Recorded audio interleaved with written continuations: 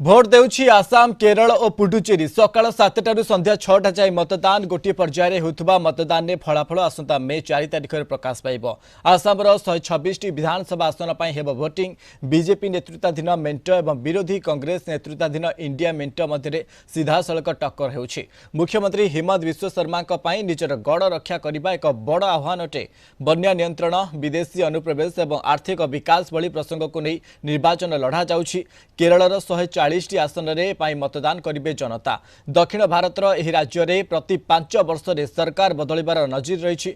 मुख्यमंत्री पिनराई विजयन नेतृत्व में वामपंथी मेंट एलडीएफ तृतीय थर पर क्षमता को फेरने को आशा रखी।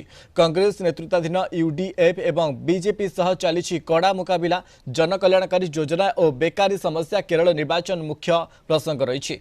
पुडुचेरी में 30 आसन में हेब भोटिंग। केन्द्रशासित अंचल पुडुचेरी मुख्यमंत्री एन रंगास्वामी एआईएनआरसी एवं बीजेपी मेंट क्षमतार रही। विरोधी कांग्रेस और डीएमके मेंट सह हेब यह मुकाबला। निर्वाचन को शांति श्रृंखला रखा शेष करने व्यापक